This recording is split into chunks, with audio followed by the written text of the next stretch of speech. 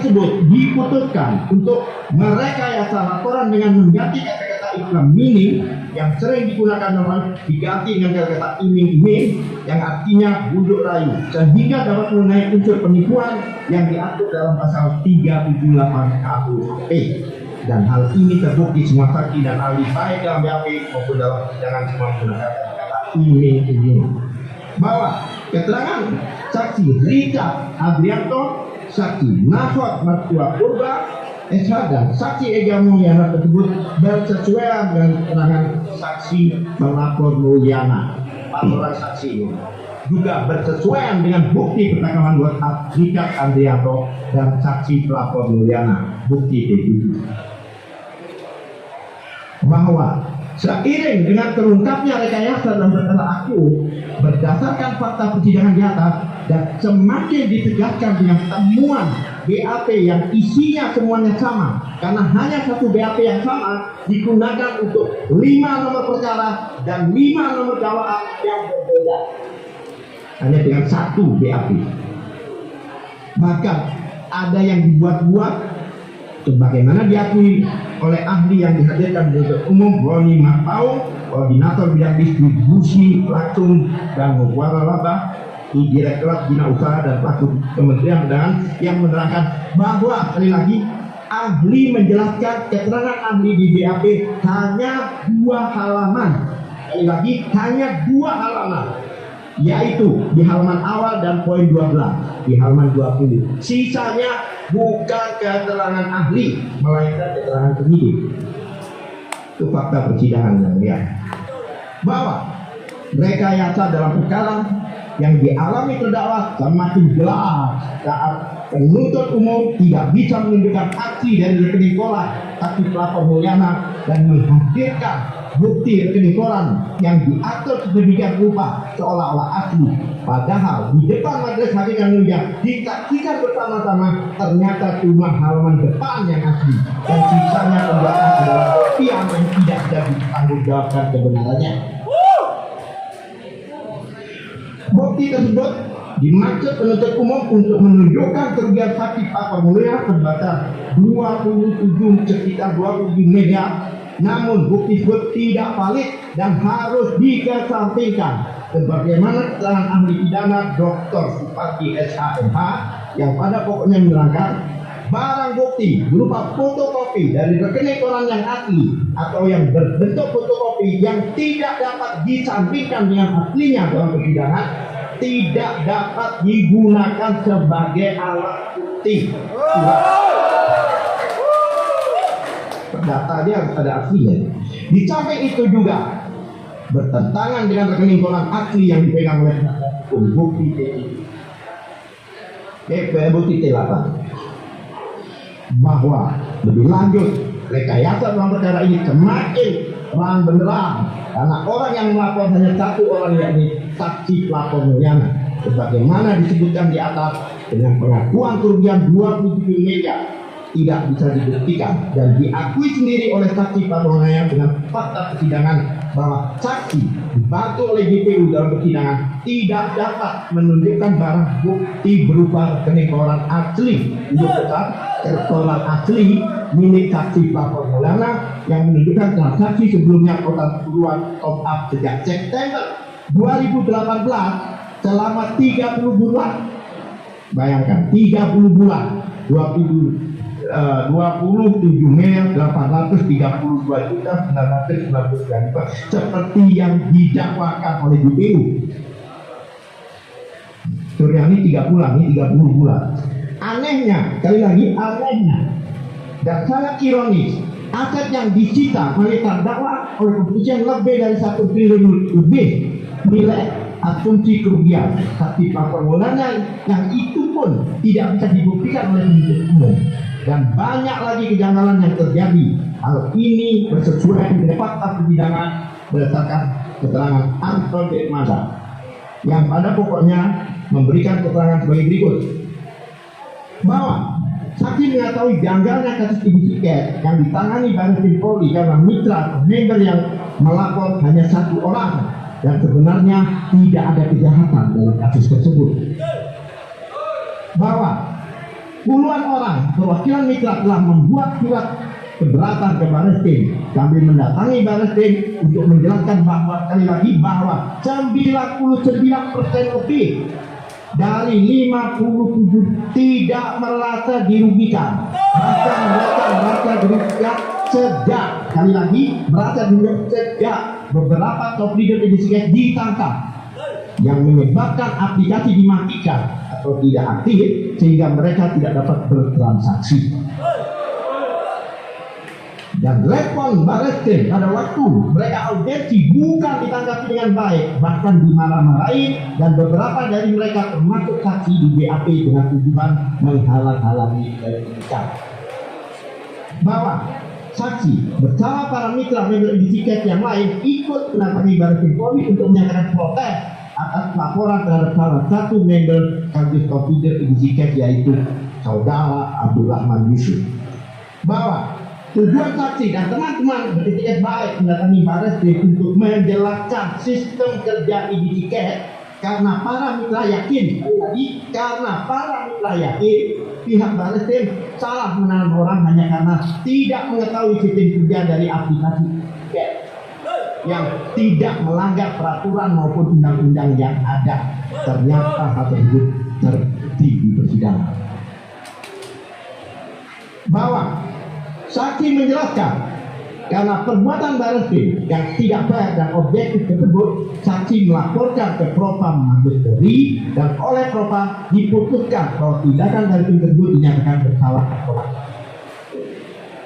Bahwa saksi mengetahui lebih banyak, bahkan sebagian besar mitra member Indisiket yang diuntungkan daripada dirugikan. Terbukti yang korban yang melaporkan yang merasa dirugikan hanya satu orang saja.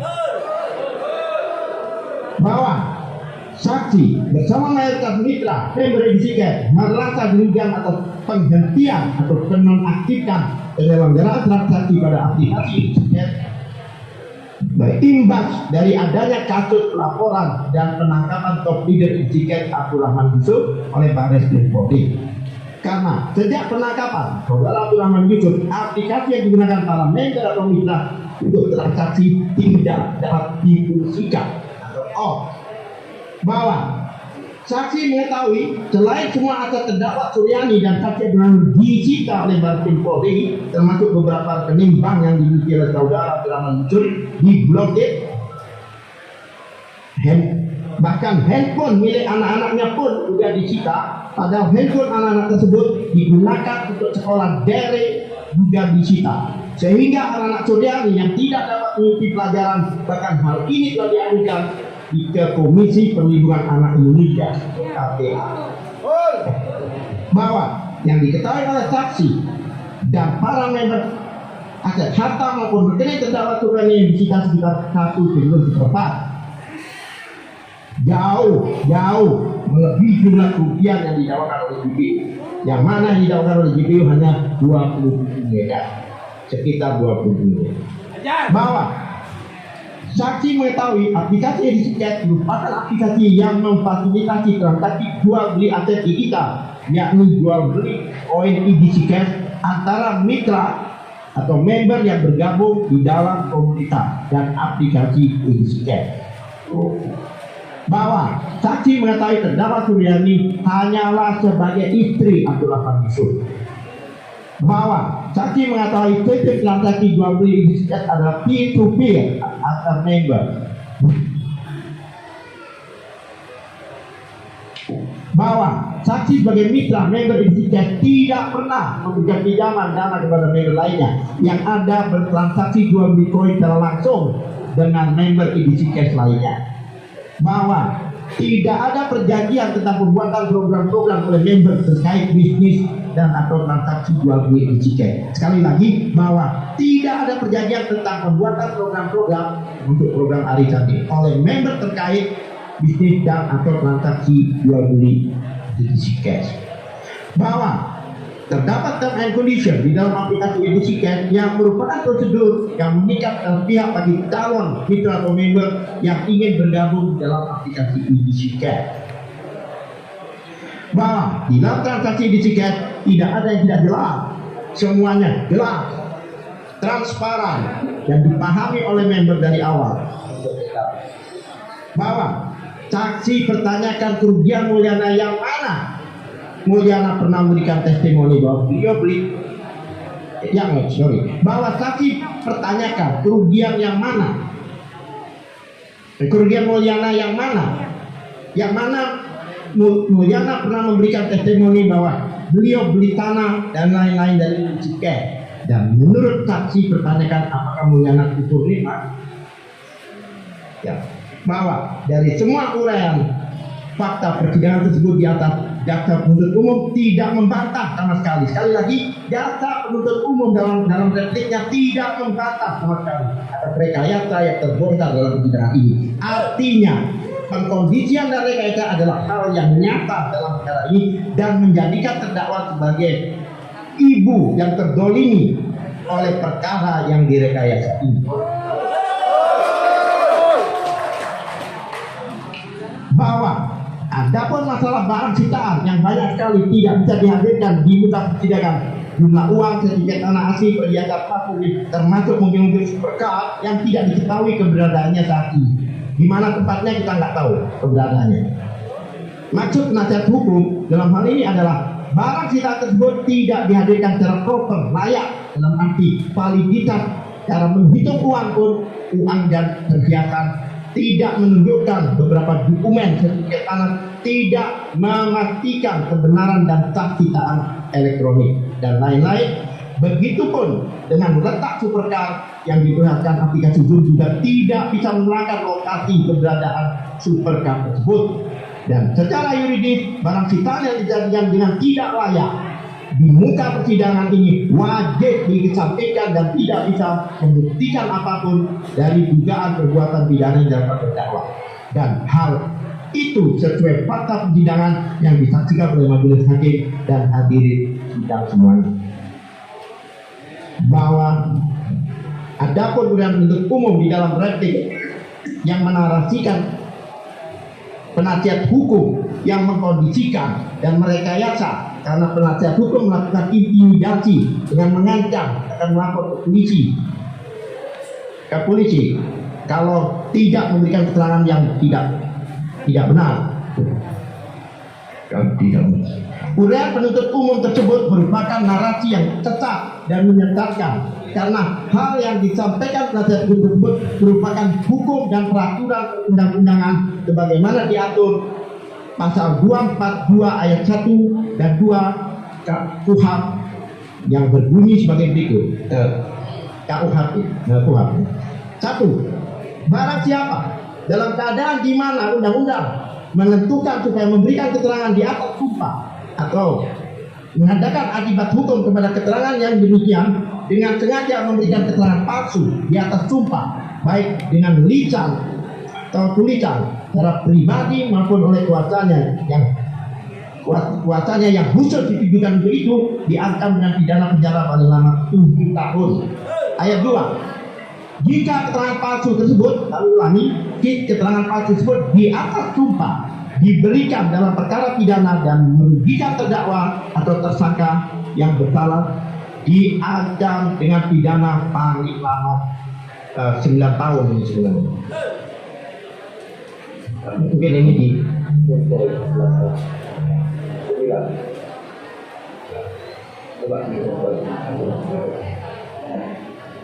enak kalau kita tahu 9 tahun nih. Renpoy.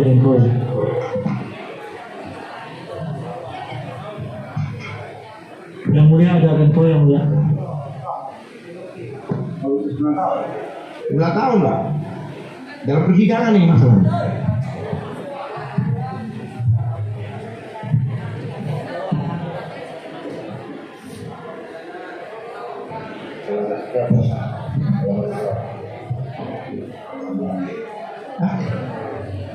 Iya, 12. Kami ulangi. Ayat 2. Jika keterangan palsu di atas sumpah diberikan dalam perkara pidana dan kerugian terdakwa atau tersangka salah, diancam dengan pidana paling lama 9 tahun. Dan Dalam hal ini majelis hakim juga dengan tegas mengatakan di dalam persidangan laporkan.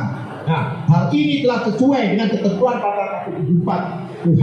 Apabila majelis hakim mendengar keterangan seorang saksi di bawah sumpah dalam suatu persidangan yang diduga disangka sebagai suatu keterangan yang palsu, maka hakim ketua secara official karena jabatannya memperingatkan saksi agar memberikan keterangan yang benar.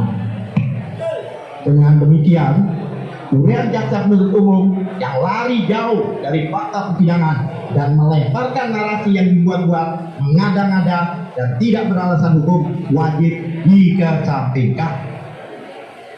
Maka dengan demikian, majelis hakim beralasan hukum untuk berkeyakinan perkara terdakwa yang diperiksa dan diadili dalam persidangan yang terhormat ini adalah perkara yang dikondisikan atau direkayasa. Dilanjutkan, ya.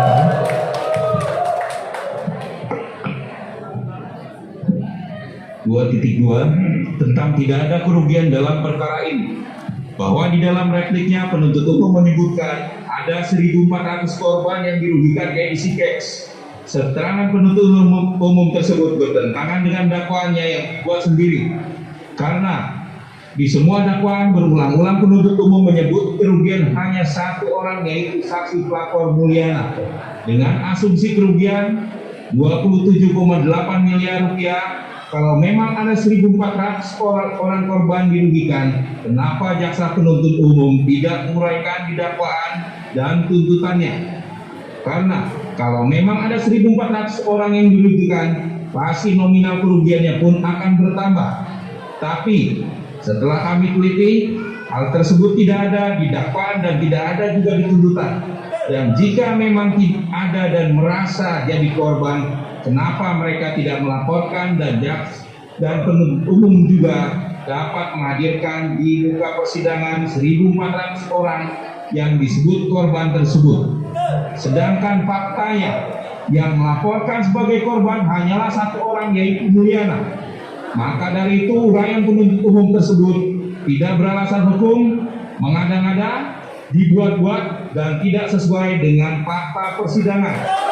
Dan sebagaimana telah disebutkan di atas, di dalam perkara ini cuma satu orang yang merasakan kerugian di antara 57.000 orang member NC case, yaitu saksi pelapor Mulyana dengan asumsi kerugian 27,8 miliar rupiah. Namun saksi pelapor Mulyana tidak dapat membuktikan asumsi kerugiannya. Sebagaimana fakta persidangan, penuntut umum tidak bisa menunjukkan asli dari rekening koran saksi pelapor Mulyana dan menghadirkan bukti rekening koran yang diatur sedemikian rupa seolah-olah asli, padahal di depan majelis hakim yang mulia disaksikan bersama-sama ternyata cuma halaman depan yang asli dan sisanya ke belakang adalah kopian yang tidak bisa dipertanggungjawabkan kebenarannya. Bukti tersebut dimaksudkan penuntut umum untuk menunjukkan kerugian saksi pelapor Mulyana sebesar 27,8 miliar. Namun bukti tersebut tidak valid dan harus dikesampingkan sebagaimana diterangkan ahli pidana Dr. Suparji SHMH yang pada pokoknya menerangkan barang bukti berupa fotokopi dari rekening koran yang asli atau yang berbentuk fotokopi yang tidak dapat disandingkan dengan aslinya dalam persidangan tidak dapat digunakan sebagai alat bukti surat. Di samping itu juga bertentangan dengan rekening koran asli yang dipegang penasehat hukum bukti T8 dan disaksikan dan diakui sendiri oleh saksi pelapor Mulyana dengan fakta persidangan bahwa saksi dibantu oleh JPM dalam persidangan tidak dapat menunjukkan barang bukti berupa rekening koran asli milik pelapor Mulyana yang menunjukkan transaksi sejumlah total keseluruhan total sejak September 2018 selama 30 bulan sebesar 27 miliar 832 juta 99 ribu rupiah seperti yang didakwakan oleh JPU. Dan semua saksi yang dihadirkan di persidangan mengakui mendapat manfaat dan keuntungan dari jual beli maupun mining edisi cash.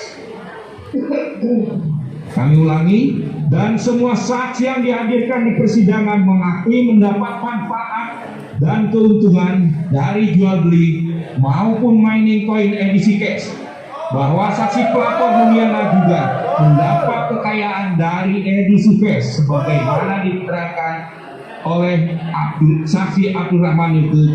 Kalau skema piramida yang di bawah tidak bisa kaya lah, ini si Mulyana levelnya kan di bawah dia di bawah Pak Roib, tapi dia bisa lebih kaya.